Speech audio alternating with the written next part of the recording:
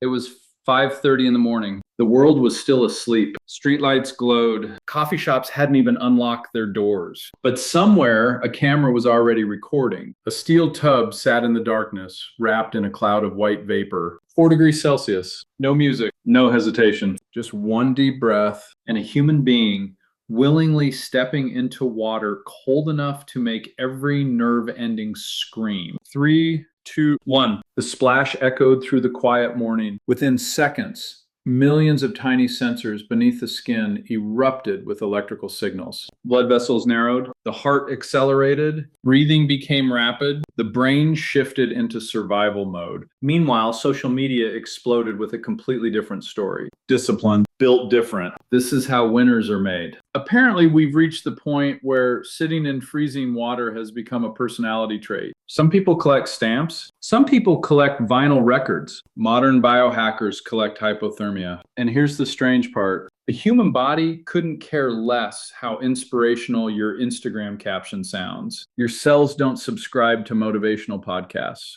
Your muscles don't applaud your morning routine. Your biology doesn't hand out bonus points because you looked heroic while shivering. It asks a far more practical question. What exactly are we adapting to? Because evolution has never rewarded suffering for its own sake. It rewards useful adaptation. Those are not the same thing. That's where one of the biggest misunderstandings in modern health culture quietly begins. We've been taught that discomfort automatically creates progress. If a little cold is beneficial, then freezing must be incredible. If one challenge builds resilience, then stacking 5 challenges before breakfast must create a superhuman. Ice bath, fasted workout, black coffee, no phone, meditation, another ice bath because apparently the first one didn't suffer hard enough. Somewhere along the way, recovery became suspicious, comfort became weakness, and stress became something people proudly collected like achievement badges. But biology has never worked that way. Imagine hiring construction workers to rebuild your house after a storm. Then every 15 minutes, someone blasts the entire building site with a fire hose. The workers don't quit because they're lazy. They quit because rebuilding and emergency response are 2 different jobs. Your body works in remarkably similar ways. It can survive, it can rebuild, but those aren't always happening at full speed simultaneously. Now, here's where things become genuinely fascinating. Ice baths are not nonsense. Far from it.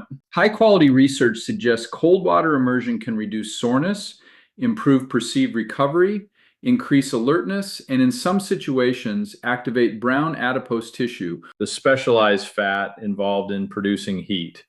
Those effects are real. The science is interesting, but the internet rarely stops there. Instead, one useful tool somehow became a universal solution. Fat loss, ice bath. Muscle growth, ice bath. Better sleep, ice bath. Bad mood, ice bath. Forgot your anniversary? Well, an ice bath probably won't save that one. Because the real question isn't whether cold exposure works. The real question is, works for what? That's a completely different conversation. What if the greatest mistake in modern biohacking isn't using ice baths, but expecting one biological tool to improve every biological outcome? What if the cold isn't making you universally stronger, but simply making you exceptionally good at surviving the cold? And if that's true, what other adaptations might your body be quietly choosing instead? At first, everything feels exactly the way the advertisements promised. You finish a brutal workout. Your legs ache, your breathing slows. Then you lower yourself into freezing water. 30 seconds, 1 minute, maybe 3. You climb out feeling strangely invincible. The soreness seems quieter. Your mind feels sharper. Your skin tingles. Your smartwatch congratulates you. Your favorite fitness influencer probably would too. It's an incredible feeling. And here's the important part. That feeling isn't imaginary. Cold exposure can temporarily increase alertness. It can elevate norepinephrine, one of the nervous system's key signaling molecules. Many people genuinely report feeling more awake, more energized, and less sore afterward. That's supported by research. So why are we even questioning it? Because feeling recovered and actually adapting aren't necessarily the same thing. Let's meet someone I'll call Daniel. He's 34, works in software, lifts weights 5 days a week, tracks his sleep, counts his protein, owns more wearable technology than some hospitals. Every workout ends exactly the same way. Straight into the ice bath. No exceptions. Chest day, ice bath. Leg day, ice bath. Back day, ice bath. Apparently his muscles needed less variety than his Spotify playlist. For the first few months, everything seemed perfect. Less soreness, better mood. Friends commented that he looked healthier. He became convinced he'd discovered a secret the rest of the gym hadn't figured out. Then something subtle happened. His progress slowed. The weights stopped increasing. Muscle growth plateaued. He trained harder, added more volume, improved his diet, bought more supplements. The plateau stayed exactly where it was. His question wasn't unusual. If recovery is getting better, why aren't my results? That question opens the door to a much more interesting story, because your body isn't one machine. It's an entire city. Your muscles are the construction crews. Every workout creates thousands of microscopic repair projects. Nothing catastrophic, just enough controlled damage to tell the body, we'll need stronger buildings next time. Your immune system becomes the cleanup crew. They remove damaged material, clear the work site, coordinate repairs. Contrary to popular belief, they aren't the villains. Without them, construction barely begins. Then there's brown fat, the tiny furnace hidden deep inside the body. Unlike ordinary white fat, which mainly stores energy, brown fat specializes in producing heat. When you're exposed to cold, it helps generate warmth by burning fuel. It's a remarkable adaptation, one that helped humans survive harsh climates long before heated homes existed. But brown fat isn't sitting there thinking, let's burn 20 pounds before summer. Its mission is much simpler. Keep this human from freezing. Survival first, everything else later. Then we have cortisol. Poor cortisol, possibly the most misunderstood hormone on the internet. According to social media, cortisol is apparently responsible for aging, belly fat, stress, bad moods, bad hair days, traffic jams, and probably your neighbor's noisy dog. Reality is much less dramatic. Cortisol is an emergency coordinator. It helps mobilize energy, maintains blood pressure, supports immune regulation, keeps you alive during acute stress. Without cortisol,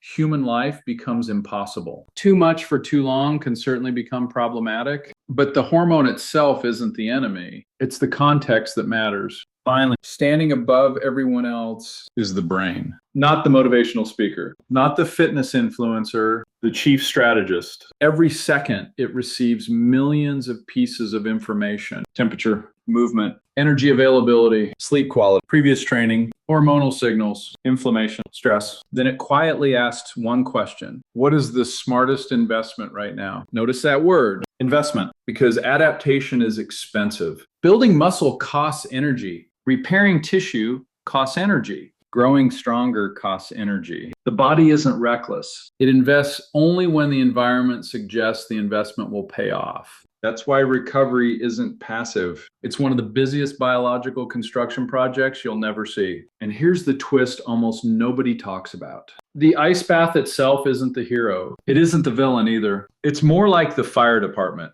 If a building is on fire, you absolutely want firefighters to arrive. Fast, professional, efficient. But imagine firefighters spraying every single construction site in the city every single day, whether there was a fire or not. At some point, the builders would politely ask, could we maybe finish pouring the concrete first? Your muscles might be asking a surprisingly similar question, because the body isn't trying to eliminate every signal after exercise. Sometimes those signals are exactly what tell the construction crews where to build. And that's where our entire story takes an unexpected turn. Everything we've discussed so far is only half the picture. Everything we've explored so far is only half the story. Most people think recovery begins when inflammation disappears. That's a beautifully simple explanation. It's also incomplete, because your body doesn't rebuild itself by pretending nothing happened. It rebuilds because something happened. Every heavy squat, every sprint, every pull-up, every deadlift, every demanding workout leaves behind thousands of microscopic disruptions inside muscle fibers. Not injuries in the dramatic Hollywood sense. Think of them as tiny renovation permits. Your body looks at them and says, we're going to need stronger architecture before this happens again. Then an extraordinary chain reaction begins. Chemical messengers appear. Immune cells arrive. Satellite cells, specialized muscle stem cells involved in repair and growth, become activated. Protein synthesis accelerates.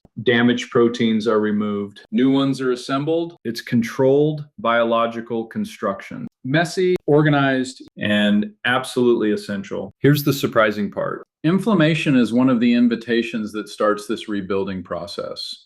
That word has been unfairly demonized. We've been taught to think inflammation is always the enemy. It isn't. Chronic excessive inflammation, absolutely a problem. Short-term, well-regulated inflammation after exercise, that's often part of how adaptation begins. Your body isn't panicking, it's communicating. Imagine a city after a powerful storm. Roads are damaged, power lines are down, construction crews flood the streets. Traffic is inconvenient. Noise is everywhere. From the outside, everything looks chaotic. But underneath the chaos, the city is rebuilding itself. Now imagine someone saying, I don't like construction. So they send emergency crews to shut down every road repair before the workers can finish. The city looks quieter, cleaner, less chaotic. But weeks later, the roads are still broken. Sometimes less visible activity doesn't mean more progress. It simply means less rebuilding. This is where cold exposure becomes incredibly interesting. Not because it's magical, because it's specific. Cold water immersion can reduce soreness. It can decrease the perception of pain. It can help athletes recover rapidly between competitions. Those benefits are supported by evidence. But muscle growth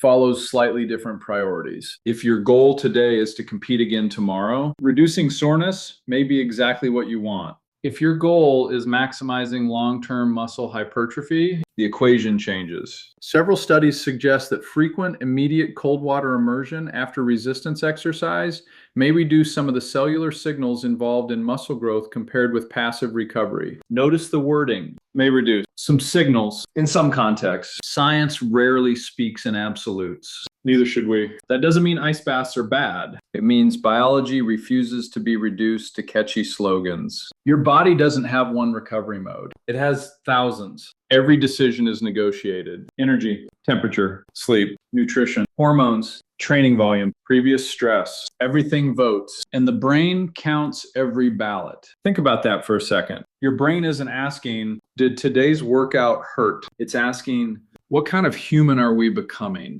That's an extraordinary question because adaptation isn't a reward. It's an investment. If your brain predicts you'll need more muscle, it invests there. If it predicts you'll need better endurance, resources shift accordingly. If it predicts survival is the immediate priority, other projects may temporarily move down the list. Your biology is constantly playing chess while we're often playing checkers. We obsess over one move. The body plans 20 moves ahead. Brown fat offers another perfect example. Social media often portrays it like some hidden fat-burning furnace waiting to melt away every extra pound. Reality is far more elegant. Brown fat evolved primarily to generate heat. That's its job description. It burns fuel because warmth keeps you alive. Weight loss can occur only when total energy balance supports it over time. An ice bath isn't secretly negotiating with your belly fat. It's helping maintain body temperature. Those are very different missions. Here's another uncomfortable truth. The body doesn't care whether a stressor comes from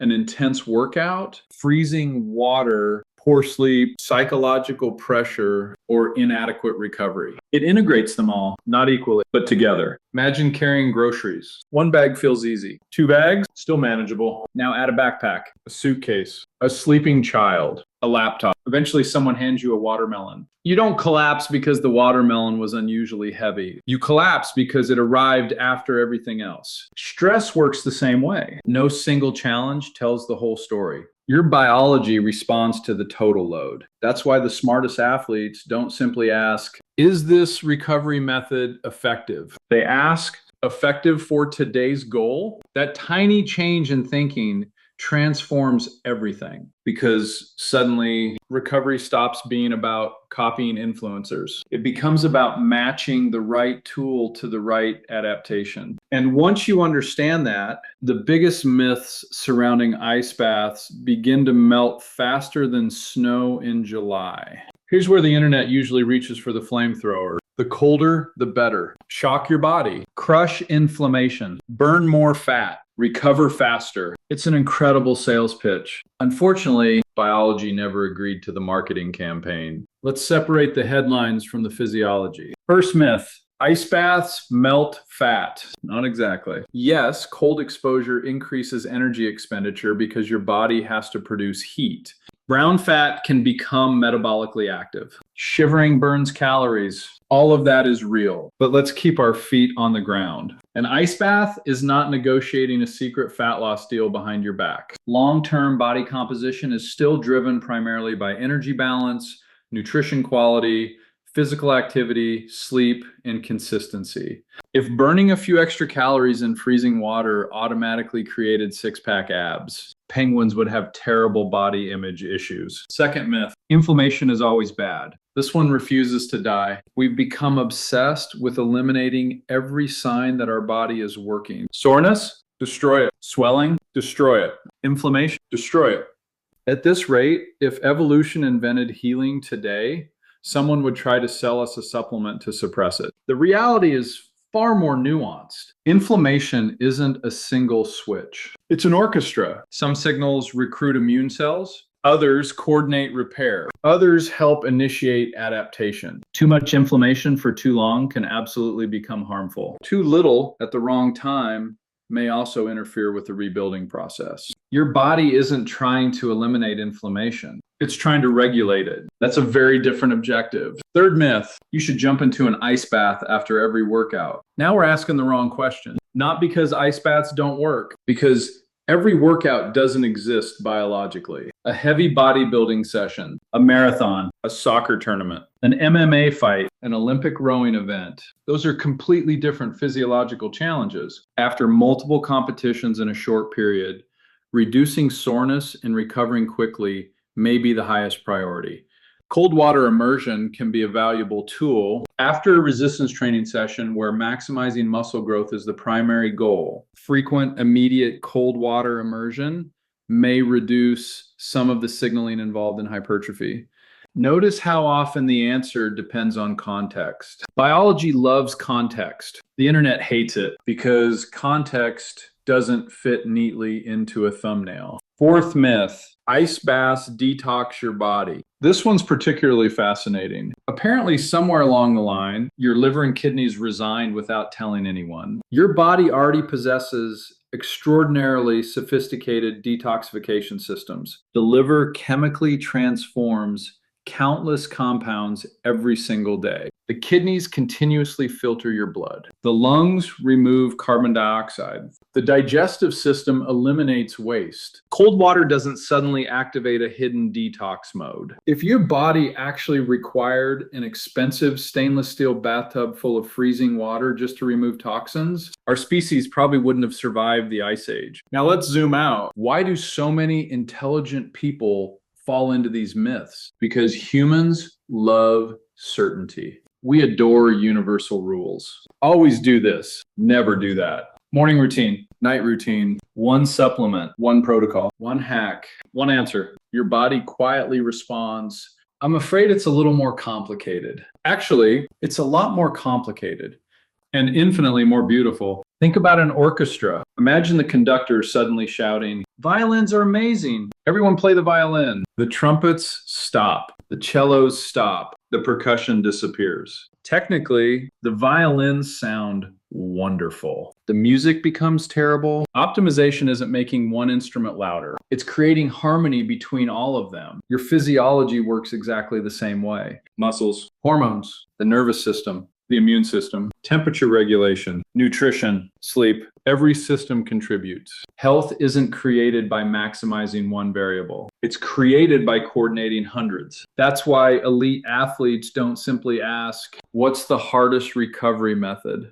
They ask, "What's the appropriate recovery method for today's objective?" There's enormous wisdom hidden inside that question. Because suffering is easy. Precision is difficult. Anyone can tolerate discomfort. Very few people consistently choose the right discomfort. That's what separates performance from performance theater. We've become remarkably skilled at filming ourselves doing difficult things. The body, however, remains stubbornly unimpressed. It only rewards adaptations that actually solve tomorrow's challenges. Everything else is just expensive entertainment. And that brings us to the most important lesson of this entire story. The ice bath was never supposed to become your identity. It was supposed to remain one tool inside a much larger toolbox. The moment one tool starts replacing thoughtful decision making, it's no longer optimization. It's dependency disguised as discipline. Let's return to that quiet morning. The alarm rings. The room is still dark. The steel tub is waiting. The water is just as cold as it was on the first day. Nothing about the ice has changed,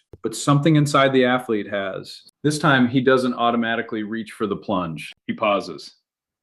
Not because he's become less disciplined, because he's become more intelligent. Yesterday's workout focused on building muscle. Today, his body needs uninterrupted rebuilding. Tomorrow, he's competing in a demanding endurance event. That might be the perfect time to use cold exposure. The ice bath didn't become less valuable. It simply found its proper place. For years, we've been taught that every successful person follows the same morning ritual. Wake up, do the hard thing, push harder, recover harder, suffer better, as if biology were impressed by our ability to tolerate discomfort. But evolution has never rewarded suffering. It rewards survival. It rewards efficiency. Most importantly, it rewards adaptation. That's the word we've been chasing this entire time. Not discipline, not discomfort, adaptation. Because every healthy cell inside your body is asking exactly one question. If this challenge happens again, how should we prepare? Sometimes that answer is build more muscle. Sometimes it's improve endurance. Sometimes it's recover quickly because another competition is coming. And sometimes the answer is surprisingly simple. Please let us finish rebuilding before creating the next emergency. That isn't weakness. That's intelligence. Think about the greatest architects in history. No one admired them because they demolished buildings faster. They were admired because they knew exactly when to build, when to reinforce, and when to leave a structure alone long enough for the foundation to cure. Your physiology follows the same principle. Construction cannot continue forever. Neither can demolition. Health exists in the rhythm between the two. This is why the most successful athletes, coaches, and rehabilitation specialists have quietly moved away from asking, is this recovery method good or bad?